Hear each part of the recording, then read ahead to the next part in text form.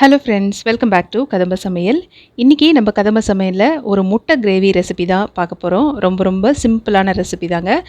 இது எப்படி செய்கிறதுன்னு பார்க்குறதுக்கு முன்னாடி ஃபஸ்ட் டைம் நம்ம சேனலை பார்க்குற நண்பர்கள் கீழே இருக்க சப்ஸ்கிரைப் பட்டனை ப்ரெஸ் பண்ணிவிட்டு கூடவே பக்கத்தில் இருக்க பெல் பட்டனையும் ப்ரெஸ் பண்ணிக்கோங்க.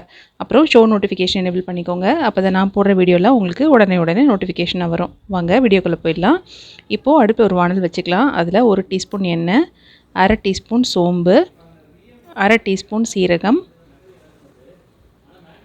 ஒரு 1/2 இன்ச் அளவுக்கு பட்டை, 1/2 டீஸ்பூன் மிளகு, 4 மிளகாய், இது கூடவே 1 டீஸ்பூன் கொத்தமல்லி, இது எல்லாத்தையும் போட்டு நல்லா வறுத்துக்கலாம். இந்த கொத்தமல்லி எல்லாம் நல்லா வறுப்பட்டு நல்லா வாசனை வரும். அது வரைக்கும் நல்லா வறுத்துக்கோங்க. ரொம்ப கருகிடக்கூடாது. அடுப்பு கொஞ்சம் மீடியம் டு லோ ஃப்ளேம்லேயே வச்சு மெதுவாக வறுத்துக்கலாம். இப்போ நல்லா வறுப்பட்டுருச்சு. இதை வேறு ஒரு தட்டில் மாற்றி ஆற வச்சுக்கலாம்.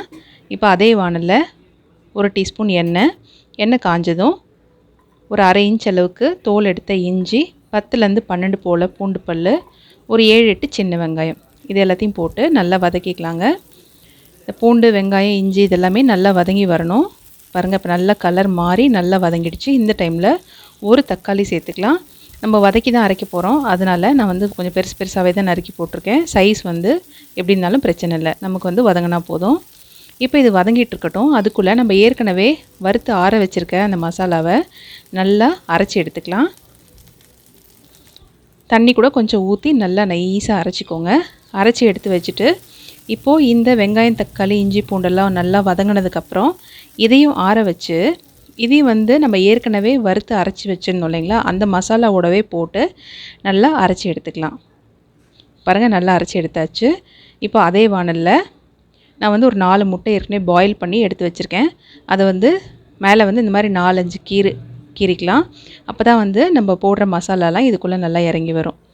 அது கூட ஒரு 1/2 டீஸ்பூன் மஞ்சள் தூள், தேவைக்கு ஏற்ற அளவுக்கு கொஞ்சமாக உப்பு, 1/2 டீஸ்பூன் தனி மிளகாய் தூள், இதெல்லாம் சேர்த்து நல்லா பரட்டிக்கலாம். எண்ணெய் எதுவும் ஊற்ற வேண்டாம். நம்ம ஏற்கனவே வெங்காயம், தக்காளி வதக்கி எடுத்து வச்சுருந்தோம் இல்லையா, அதில் இருக்க எண்ணெயை நான் அப்படியே யூஸ் பண்ணிக்கிறேன். அதனால் எண்ணெய் நான் எதுவும் எக்ஸ்ட்ரா சேர்க்கலை. இது நல்லா பரட்டினதுக்கப்புறமா பாருங்கள், இந்த சந்தில் நல்லா போகிற அளவுக்கு நல்லா பரட்டி விட்டுக்கோங்க. இப்போ ஃபுல்லாக அப்சர்வ் பண்ணிக்கிச்சு. இந்த டைமில் நம்ம ஏற்கனவே அரைச்சி வச்சுருக்க அந்த மசாலா ஐட்டமை இதோடு நம்ம சேர்த்துக்கலாம். சேர்த்து இதையும் நல்லா கலந்து விட்டுக்கோங்க. இந்த காரம், முட்டை, மசாலா இதெல்லாமே நல்லா கலந்து வரணும். அந்த மாதிரி நல்லா கலந்து விட்டுக்கிட்டு இப்போது அந்த ஜாரில் இருக்கிறத கொஞ்சம் தண்ணி ஊற்றிக்கலாம். நமக்கு தேவையான அளவுக்கு தண்ணியும் இந்த டைமில் சேர்த்துக்கோங்க. இப்போது இந்த கிரேவிக்கு தேவையான அளவுக்கு உப்பு சேர்த்துக்கலாம். உப்பு சேர்த்து நல்லா கலந்து விட்டுக்கோங்க.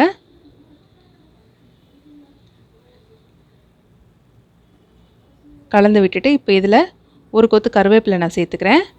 சேர்த்து இதையும் நல்லா கலந்து விட்டுட்டு இது இப்போ நல்லா ஈவனாக வெந்து வரணும். அதுக்காக இது கொஞ்சம் கொதிக்க ஆரம்பித்ததுக்கப்புறமா ஒரு மூடி போட்டு மூடி வச்சிடலாம். இது 5 to 7 minutes medium to low ஃப்ளேம்லேயே வச்சுருங்க. இது நல்லா சுண்டி வரணும். நீங்கள் இடையில ஓப்பன் பண்ணி கிண்டு விட்டுக்கோங்க. பாருங்கள், இப்போ நல்லா சுருண்டு வந்துருச்சு. நம்மளோட முட்டை கிரேவி சூப்பராக தயாராகிடுச்சு. இப்போ நான் அடுப்பு ஆஃப் பண்ணிவிட்டேன். கொஞ்சமாக கொத்தமல்லி தழைகளை இதோட சேர்த்துக்கலாம். அவ்வளோதாங்க. ரொம்ப சிம்பிளான ரெசிபி தான். கண்டிப்பாக அதை ட்ரை பண்ணி பாருங்கள். இதை இட்லி, தோசை, சப்பாத்தி, சாதம் எல்லாத்துக்குமே ரொம்ப நல்லாயிருக்கும். இந்த வீடியோ உங்களுக்கு பிடிச்சிருந்தா லைக் பண்ணுங்கள், ஷேர் பண்ணுங்கள். மறக்காமல் நம்ம சேனலுக்கு சப்ஸ்கிரைப் பண்ணுங்கள். இன்னொரு நல்ல வீடியோவில் உங்களை நான் மீட் பண்ணுறேன். தேங்க்யூ.